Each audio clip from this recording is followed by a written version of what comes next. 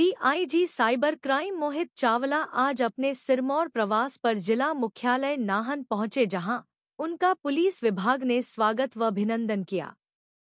उसके बाद उन्होंने एक प्रेस कॉन्फ्रेंस को संबोधित करते हुए बताया कि देश में डिजिटल लेनदेन व्यवस्था व अन्य साधन होने से अब अपराध ने भी अपना स्वरूप बदल लिया है और आए दिन साइबर अपराध जैसे ठगी, प्रलोभन आदि के मामले बढ़ रहे हैं। क्राइम ने अपना परिप्रेक्ष्य बदला है। जो कन्वेंशनल क्राइम आज शिफ्ट होकर एक साइबर स्पेस में चला गया। हिमाचल इंडिया का सेकंड लार्जेस्ट पर कैपिटा के हिसाब से, जहाँ पे मोबाइल और इंटरनेट सर्विसेज यूज़ होती हैं, हाईएस्ट डिस्ट्रिक्ट है, हाईएस्ट स्टेट है। इस नाते से यहाँ पे साइबर परपिट्रेटर्स, क्रिमिनल्स, उसकी तादाद उस प्रोपोर्शनेट के हिसाब से बढ़ जाती है। अब हमारे लिए, पुलिस के लिए, लॉ इन्फोर्समेंट के लिए चैलेंज क्या रहता है? सिटीजन फ्रेंडली भी है। कंप्लेनेंट सिटीजन्स हमारे घर बैठ के भी कंप्लेंट दर्ज कर सकते हैं और उसका जो भी डाटा है थाने में स्वयं दिखेगा। इसके अलावा सबसे सरल माध्यम, कृपया करके आप अपने माध्यम से लोगों को गाइड करें, 1930 केवल इस पर कॉल करें। 2022 में 247 कॉल्स एवरेज थी।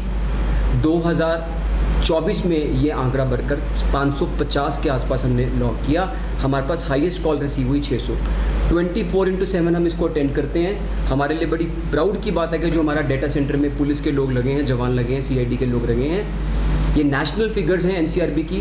हमारा रेशियो 100% है। एक भी ऐसी कॉल नहीं है जो अटेंडेड ना हुई।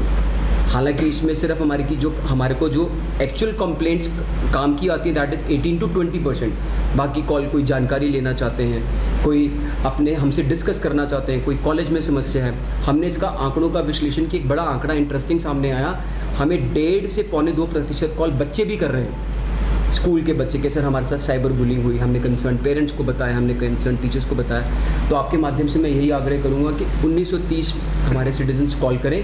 हमारी आपको सेवाएं 24/7 अवेलेबल। हमने ऑनरेबल कोर्ट को, हाई कोर्ट को रिक्वेस्ट किया कि साइबर प्लेटफॉर्म ऐसा प्लेटफॉर्म है जो भारत सरकार ने विकसित किया। सारे स्टेट उससे जुड़े हुए हैं, हमारा स्टेट भी उससे जुड़ा हुआ है। हमारे लिए गर्व की बात, अब हमारे थाने और डिस्ट्रिक्ट्स भी जुड़ गए।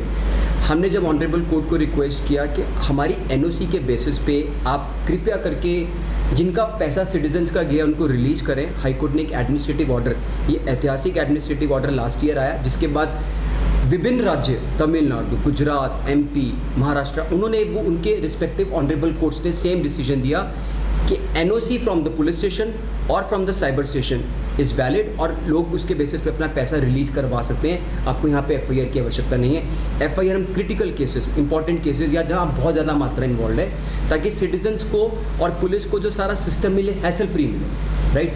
हमारे पास 20 लाख से ऊपर जो भी कंप्लेंट आती है, एक ये बात भी रखना चाहूँगा, 20 लाख से ऊपर जो भी ठगी रहेगी वो हमारी कंप्लेंट दर्ज होगी साइबर पुलिस स्टेशन सीआईडी में। 20 लाख से नीचे हमारे पास दर्ज करेगा कंसर्न डिस्ट्रिक्ट का कंसर्न था सर। इसमें मंडी एंड कांगड़ा, इसके अलावा हमने कुछ सिटीज़ और टाउन्स को भी आइडेंटिफाई किया।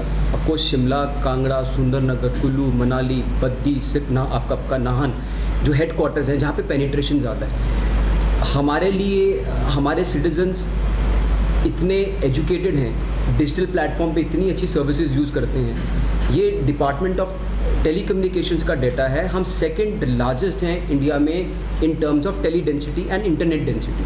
मैं बार ये बात इसलिए करता हूँ, जब इतनी डेंसिटी पे आपकी होगी सर्विसेज और सिटीजन्स, तो है कि हमारे पास क्रिमिनल्स भी आएंगे, उसका फ़ायदा उठाएंगे। तो आप